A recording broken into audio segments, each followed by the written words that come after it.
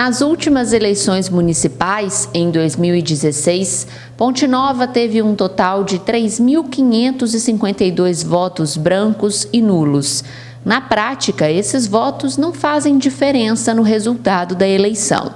O voto em branco é uma opção oferecida pela própria Justiça Eleitoral. Já o voto nulo acontece quando o eleitor digita e confirma um número inexistente. O voto branco e o voto nulo, na verdade, eles não têm muita diferença na prática, no momento do resultado da eleição, na totalização.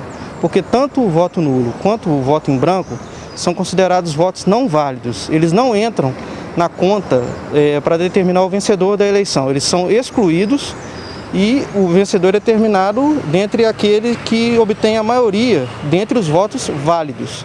Então, o voto branco e o voto nulo, na prática, ele não faz qualquer diferença no resultado de uma eleição. Na teoria, existe uma pequena diferença. O voto em branco, ele é um voto, vamos dizer assim, consciente de uma pessoa que ela observa o processo eleitoral e vê que não tem nenhum candidato ali que a representa, tá? Já o voto em nulo, ele pode também ser dado conscientemente, entre aspas, vamos dizer assim, mas ele pode também advir de um erro. A pessoa, às vezes, ela queria votar em alguém, mas ela digitou um número errado, um número que não existe, e esse voto também é considerado nulo. E esses erros que podem anular o voto normalmente ocorrem por falta de atenção do eleitor, que confunde a ordem da votação. Infelizmente, o eleitor, às vezes, ele se confunde muito com a ordem de votação, né? Esse ano, nas eleições municipais, o primeiro voto é dado para o candidato a vereador e o segundo voto é dado para o candidato a prefeito. Então, geralmente, as pessoas se confundem com essa ordem e tentam, por exemplo, votar no candidato a prefeito, na hora de votar no candidato a vereador e vice-versa, né?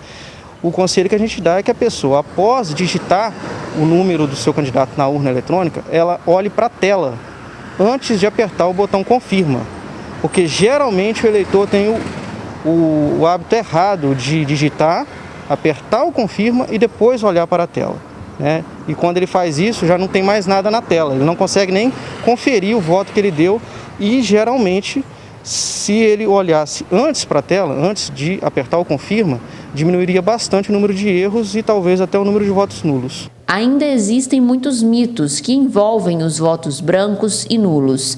Não é verdade que os votos brancos vão para o candidato mais votado, assim como também não é verdade que se a soma dos votos brancos e nulos for maior do que a de votos válidos, as eleições serão anuladas.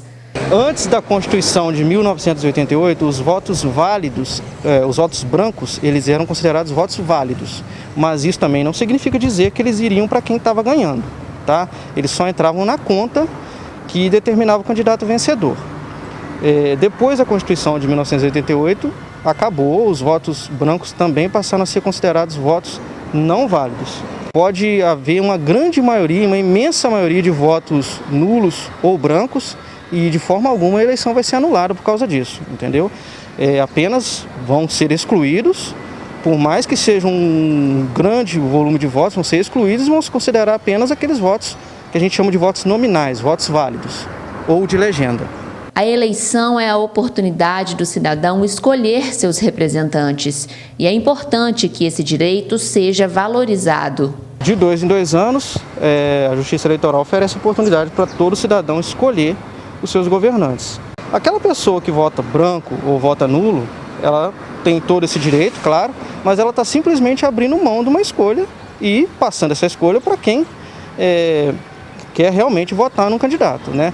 Existem aí 45 dias de campanha eleitoral, né? O eleitor deveria usar esses 45 dias para pensar, olhar, ver as propostas de governo de todos os candidatos e escolher um, por mais que não seja o candidato perfeito, né? Pelo menos um que agrade mais, que tenha ideias mais próximas do que pensa o eleitor, né?